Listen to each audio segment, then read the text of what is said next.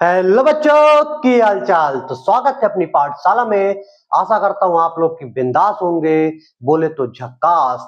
तो आज हम पढ़ेंगे बहुत ही important topic 12th board Hindi medium के लिए। तो आज हम पढ़ने वाले हैं बेटा समांतर प्लेट संधारित्र की धारिता।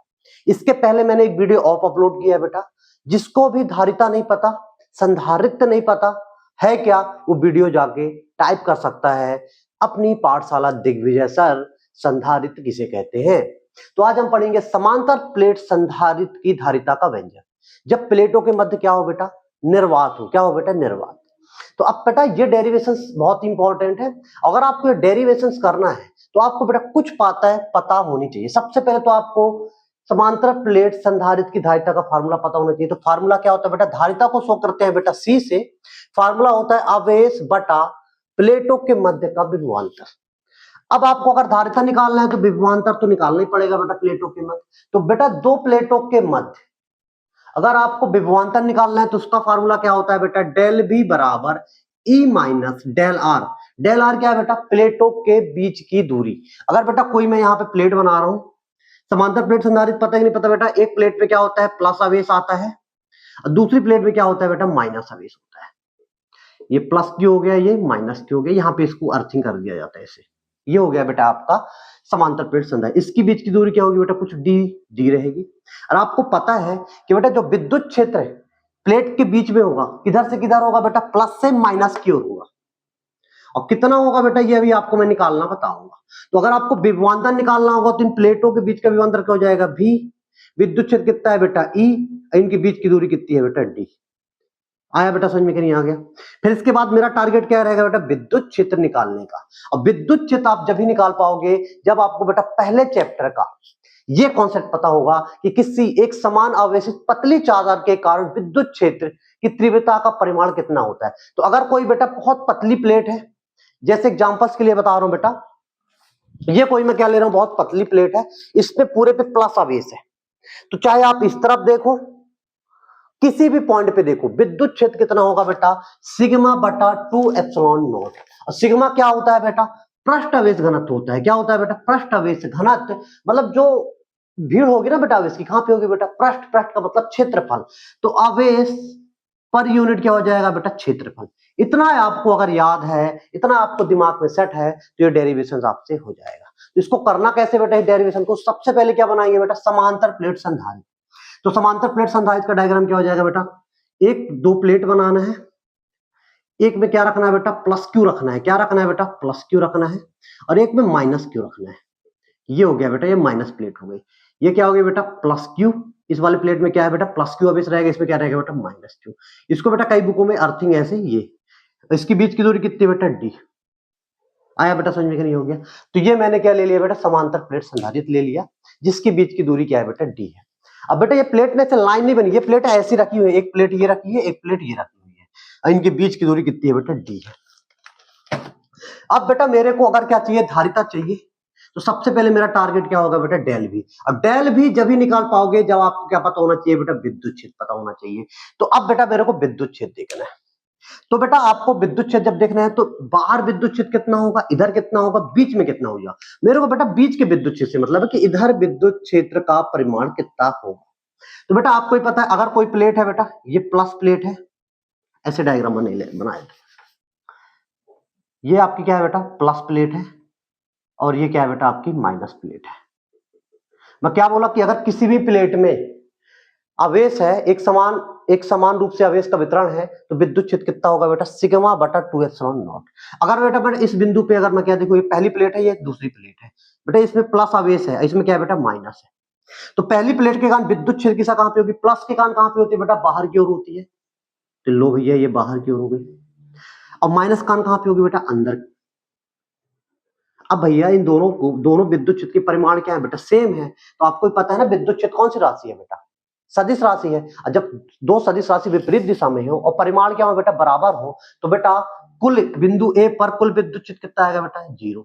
ऐसे बेटा इसी तरह आएगा कि नहीं आएगा, पहले प्लेट के विद्युत क्षेत्र कहां पे होगा बेटा, बाहर की ओर होगा। इसके कारण विद्युत क्षेत्र कहां पे होगा बेटा, अंदर की ओर होगा। तो कुल कितना हो जाएगा बेटा, इस पॉइंट पे 0 हो जाएगा। अब अंदर कितना होगा बेटा, तो आप ध्यान से देखना बेटा, प्लस के कारण विद्युत क्षेत्र बाहर की ओर, माइनस के कारण भी विद्युत क्षेत्र के अंदर की ओर आएंगी। तो बेटा दोनों प्लेटों का जो विद्युत क्षेत्र होगा दिशा कैसी हो गई बेटा, सेम हो गई। जब दिशा सेम हो गई तो कुल कितना आएगा बेटा, कुल आएगा बेटा, इसका परिमाण भी कितना होता है सिग्मा बटे 2 एप्सिलॉन नॉट, इसका परिमाण भी कितना होता है बेटा सिग्मा बटे 2 एप्सिलॉन। दोनों को जोड़ोगे तो क्या हो जाएगा 2 सिग्मा बटे 2 एप्सिलॉन नॉट, 2 से 2 कट जाएगा। मतलब बेटा प्लेटों के बीच में जो विद्युत क्षेत्र आने वाला कितना आने वाला है बेटा सिग्मा बटे एप्सिलॉन नॉट। आ गया बेटा समझ में कि नहीं आया? तो मैं यहां पे क्या लिख दूंगा बेटा, प्लेटों के दोनों ओर, प्लेटों के दोनों तरफ बाहर की ओर, प्लेटों के दोनों तरफ बाहर की ओर विद्युत क्षेत्र कितना होगा बेटा जल्दी बताओ? विद्युत क्षेत्र शून्य होगा, शून्य होगा। लेकिन प्लेटों के मध्य कितना होगा बेटा, प्लेटों के मध्य विद्युत क्षेत्र कितना होगा जल्दी बताओ बेटा? प्लेटों के मध्य में कितना होगा, ई बराबर क्या होगा बेटा सिग्मा बटे एप्सिलॉन नॉट। आया भाई समझ में कि नहीं आया? ये आ गया बेटा हमारा विद्युत क्षेत्र। अब जब विद्युत क्षेत्र आया तो दोनों प्लेटों के मध्य का विभवांतर कितना हो जाएगा बेटा, तो प्लेटों के मध्य का विभवांतर, प्लेटों के मध्य का विभवांतर, तो बेटा प्लेटों के मध्य का विभवांतर क्या हो जाएगा बेटा, तो V बराबर इन प्लेटों के बीच का विद्युत क्षेत्र कितना है बेटा, हर पॉइंट पे विद्युत एक समान है, कितना है बेटा सिग्मा बटा फार्मूला विद्युत क्षेत्र हो जाएगा, बीच की क्या हो जाएगी बेटा दूरी। ये फार्मूले से आपको निकालना है। तो मैंने बेटा इस प्लेटों के मध्य के प्लेटों के बीच की विद्युत क्षेत्र कितना निकाल लिया बेटा सिग्मा बटे एप्सिलॉन नॉट, अब बीच की दूरी कितनी है बेटा डी।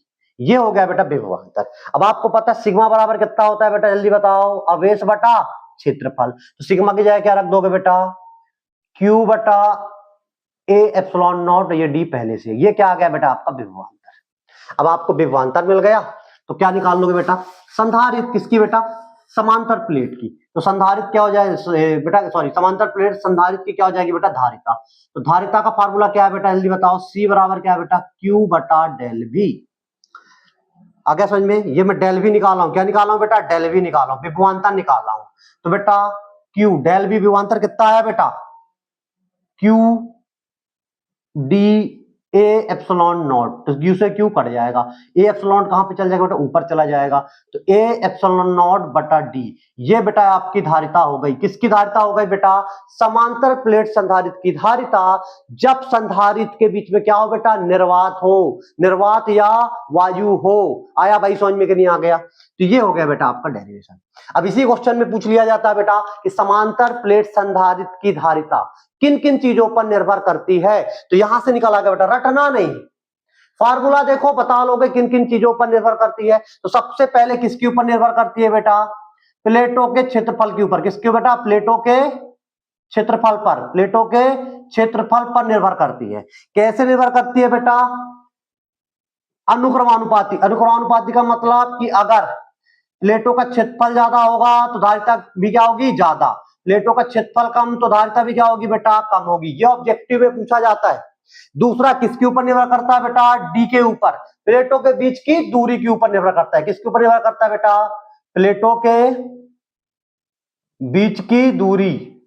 तो बेटा अगर प्लेटों के बीच की दूरी क्या करोगे बढ़ाओगे, कैसा संबंध है बेटा व्रतकोणानुपाती संबंध है। व्रतकोणानुपाती संबंध का मतलब कि अगर दूरी बढ़ाओगे तो धारिता क्या हो जाएगी कम हो जाएगी। तो अगर बेटा डी का मान बढ़ाओगे धारिता क्या हो जाएगी कम हो जाएगी, और डी का मान क्या करोगे बेटा कम करोगे तो धारिता क्या हो जाएगी बेटा बढ़ जाएगी।